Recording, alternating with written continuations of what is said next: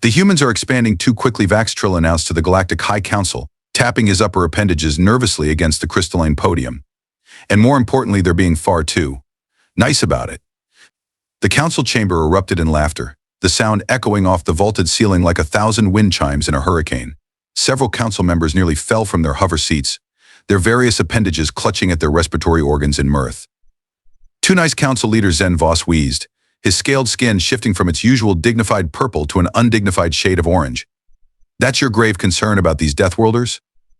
That they're being too polite while establishing new colonies. Vaxx fought the urge to retract his eye stalks in embarrassment. Yes, exactly. They ask for permission before settling anywhere. They follow every regulation. They even file their paperwork in triplicate, with 0 mistakes. He paused for emphasis. When has any species ever done that? Perhaps they're simply civilized, drawled Representative Cora Bliss, her bioluminescent spots pulsing with amusement. Unlike some primitive species we could mention. The chamber tittered again, several members glancing at the empty seat reserved for the Thoraxian Empire, which had recently attempted to annex 3 solar systems through rather aggressive means. The resulting diplomatic incident had been messy. You don't understand, Vaxx continued, his voice rising with frustration. I've studied their history.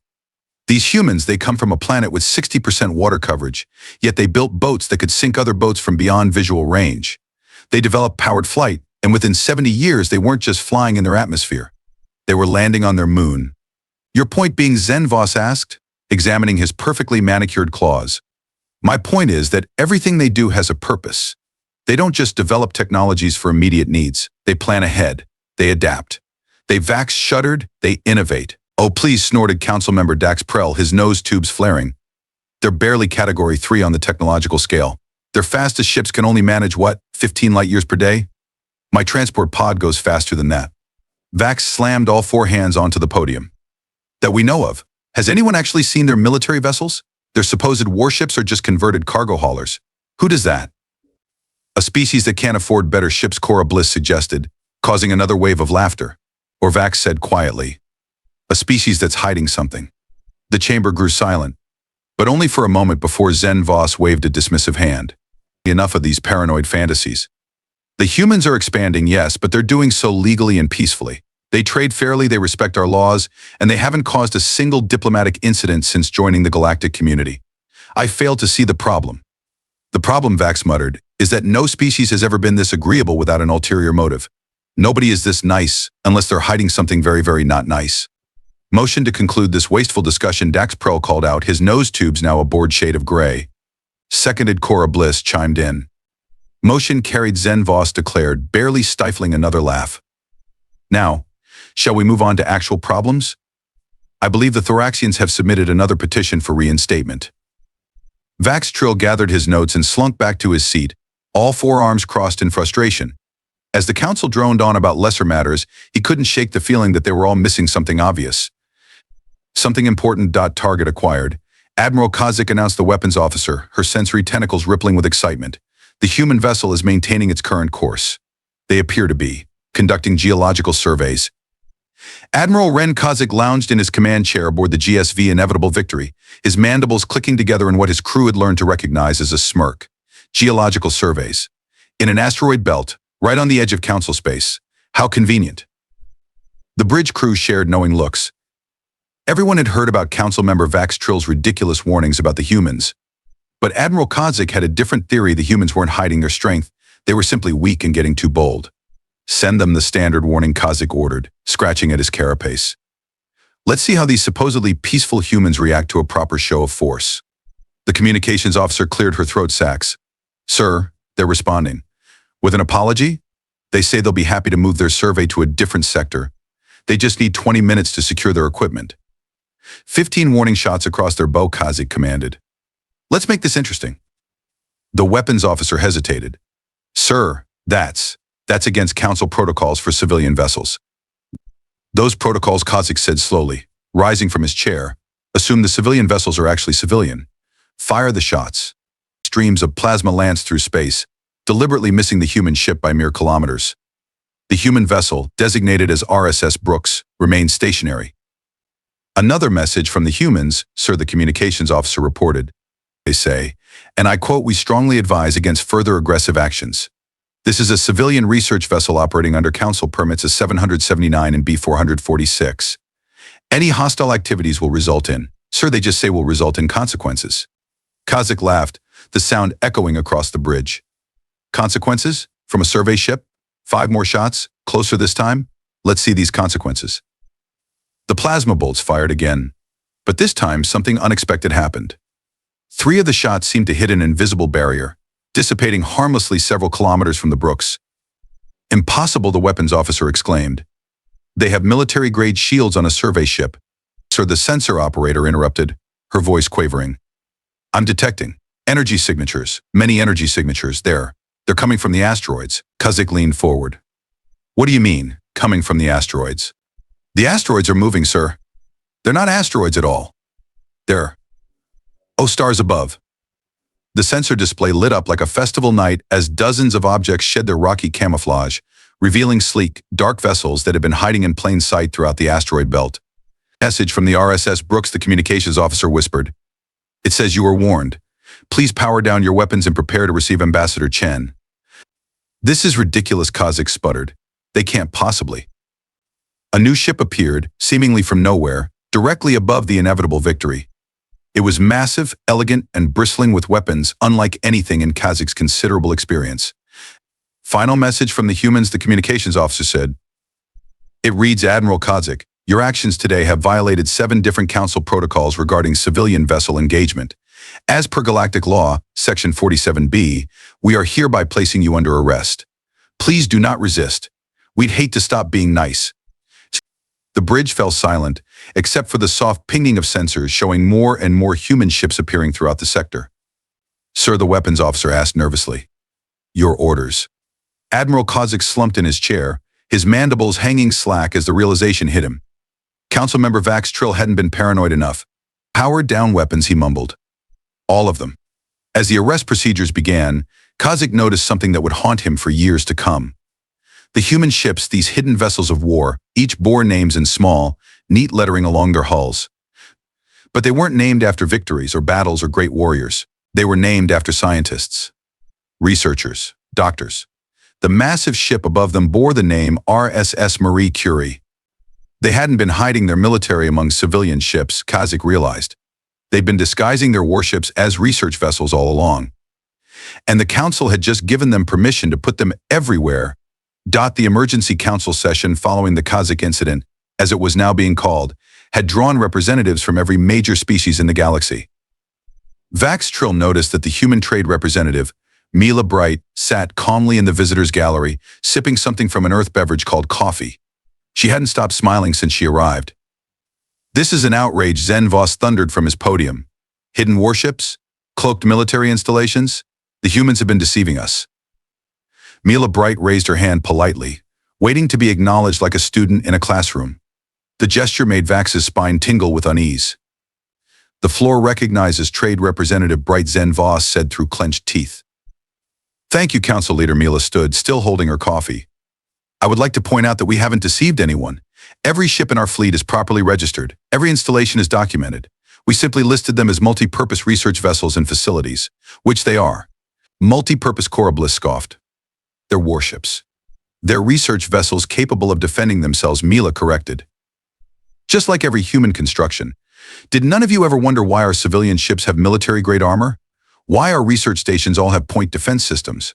Why our mining operations use concentrated plasma drills that could, theoretically, cut through battleship plating?"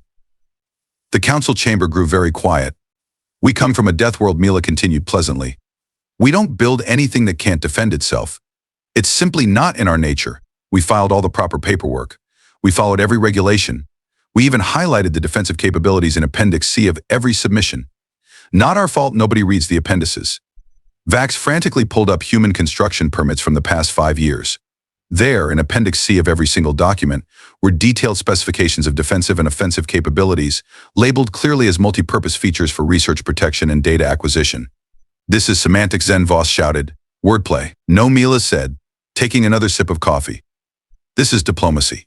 Now, about Admiral Kazzik's unprovoked attack on one of our civilian vessels. That ship was armed. That ship was permitted to be armed, Just like all our ships, just like our orbital platforms, just like our coffee makers. Actually, she patted the mug in her hand. This one has a built-in taser. Never know when you'll need to defend your caffeine. Vaxx noticed something then. All around the council chamber, humans who had been regular fixtures for years, administrative assistants, technical support, custodial staff were quietly packing their belongings. They moved with purpose, but without hurry, like people following a long-established plan.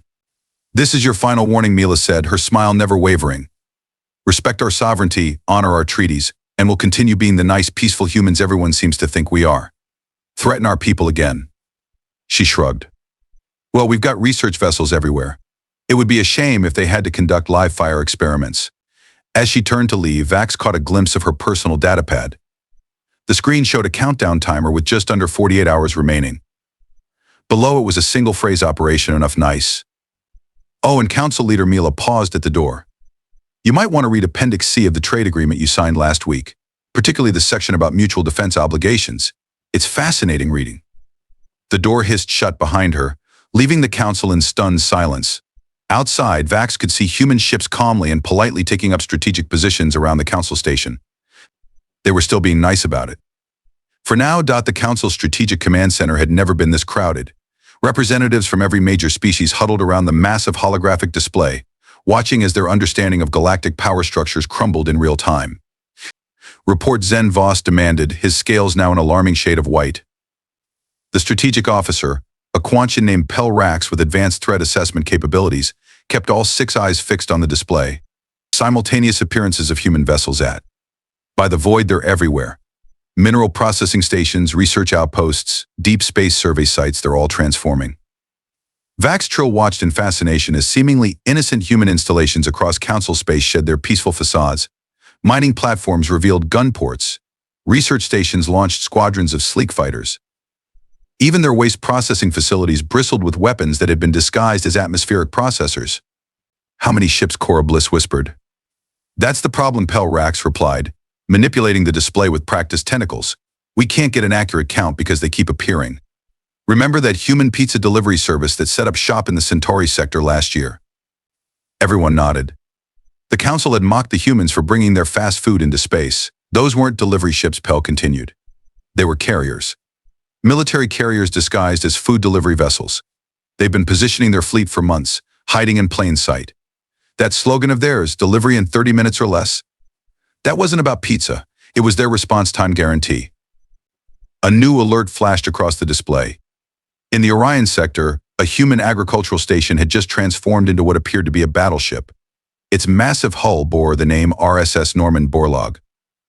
"Who names a battleship after an agricultural scientist?" someone muttered. "The same species that puts automated defense turrets in their coffee makers," Vaxx replied dryly. Another alert. This time, a human medical facility near the Carina Nebula unveiled itself as a carrier group. Its flagship RSS Jonas Salk and their ships. Pel Rax observed with professional admiration, "They're not just disguised, they're actually multi-purpose. That medical facility, it's still a fully functional hospital. The agricultural station, still growing food. They simply built their civilian infrastructure to double as military assets." Council Leader, a communications officer, interrupted.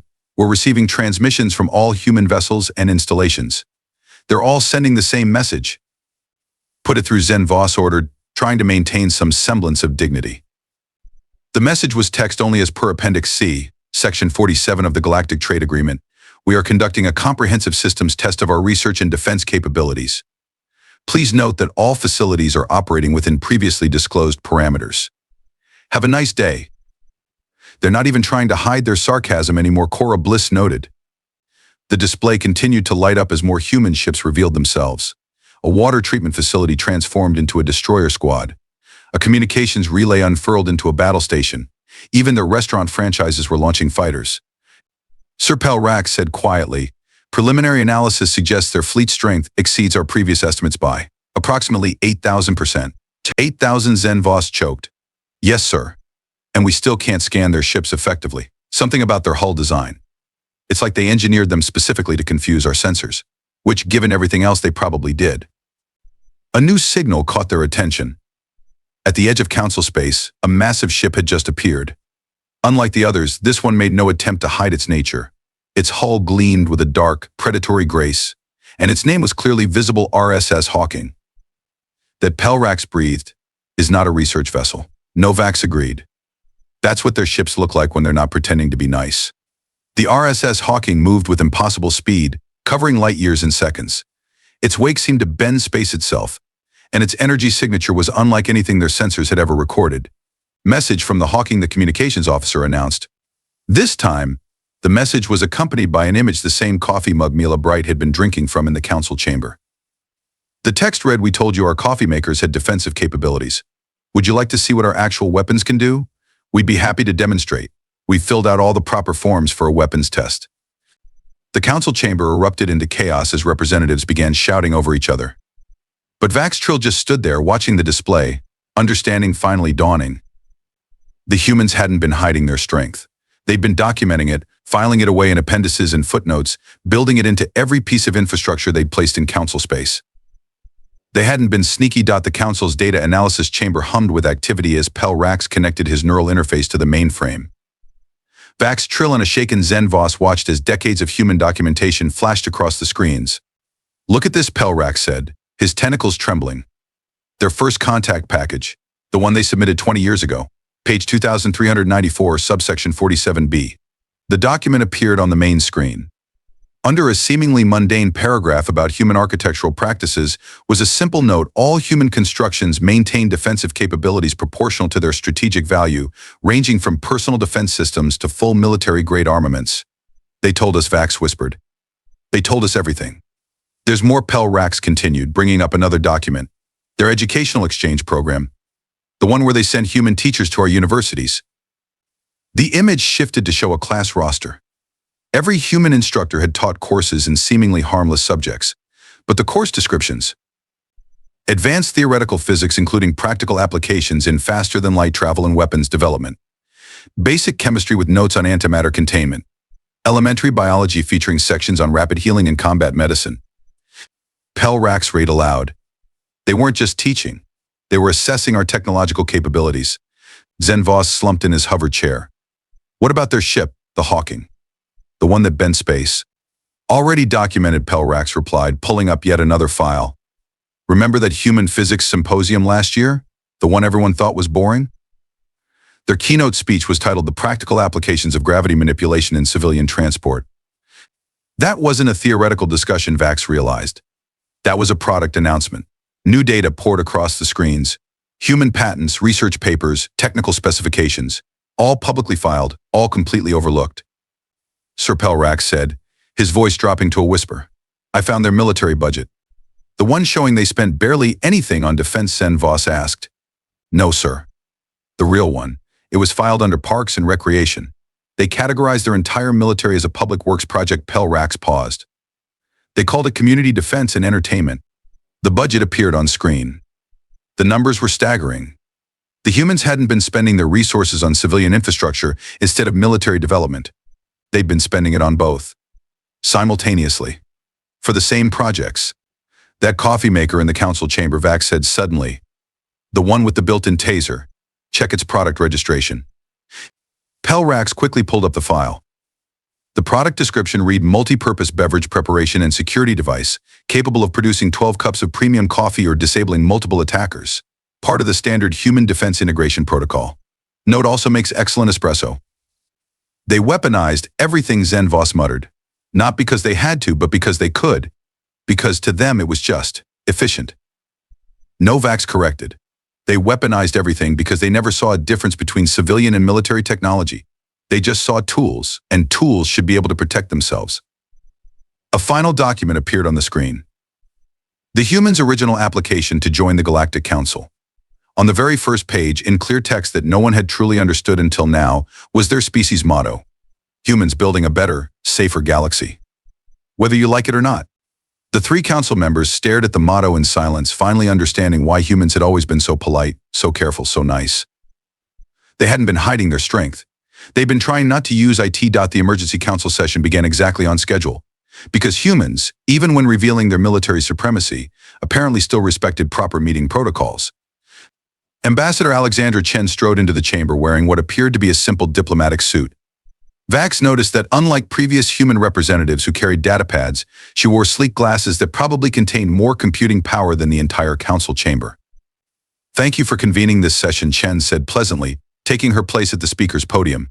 "I've prepared a brief presentation on humanity's terms for continued peaceful cooperation." Terms, Zen Voss sputtered, his scales cycling through various shades of indignation. "You surround our worlds with hidden warships and dare to present terms." "Not hidden," Chen corrected, pushing her glasses up with one finger. "Documented. But yes, terms. Would you prefer I let Captain Nash of the RSS Hawking present them instead? She has some fascinating ideas about practical demonstrations." The chamber fell silent. Everyone had seen the footage of the Hawking's capabilities. "Wonderful," Chen smiled.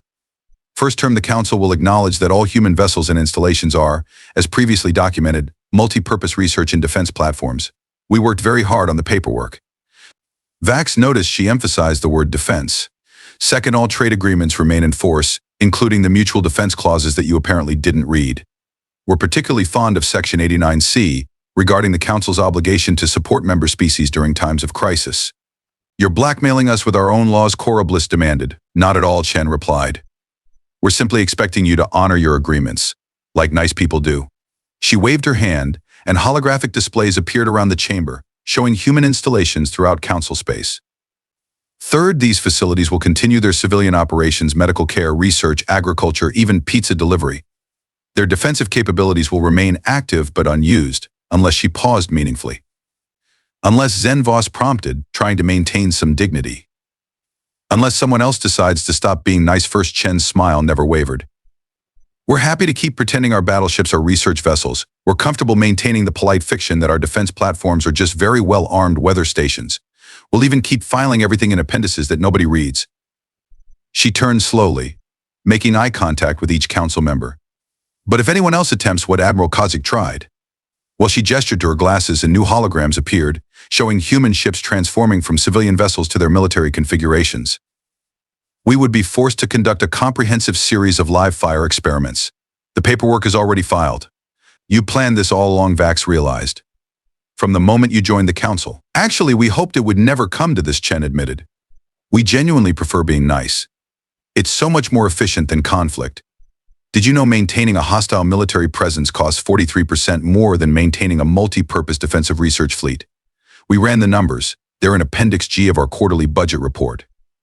She tapped her glasses again, and all the holograms vanished except one, a simple document titled Certificate of Recognition.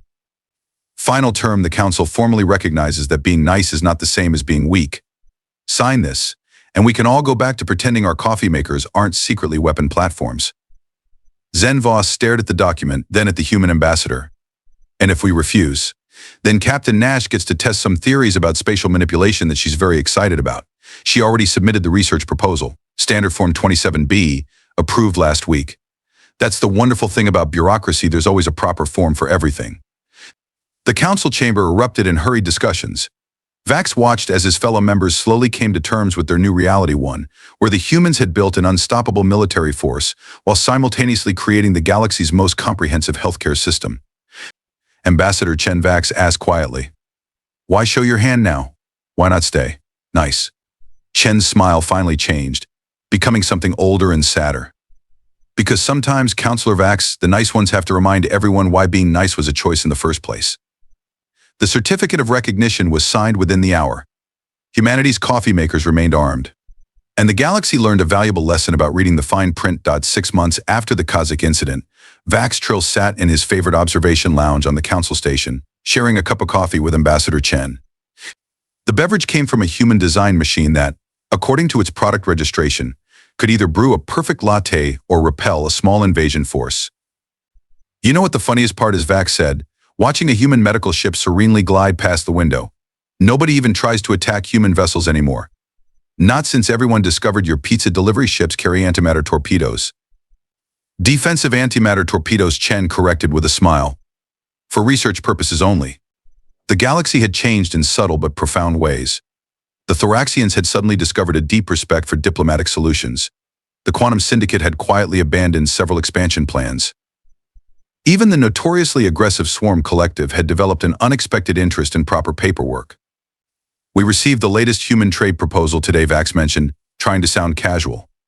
Your people want to establish a galaxy-wide emergency response network.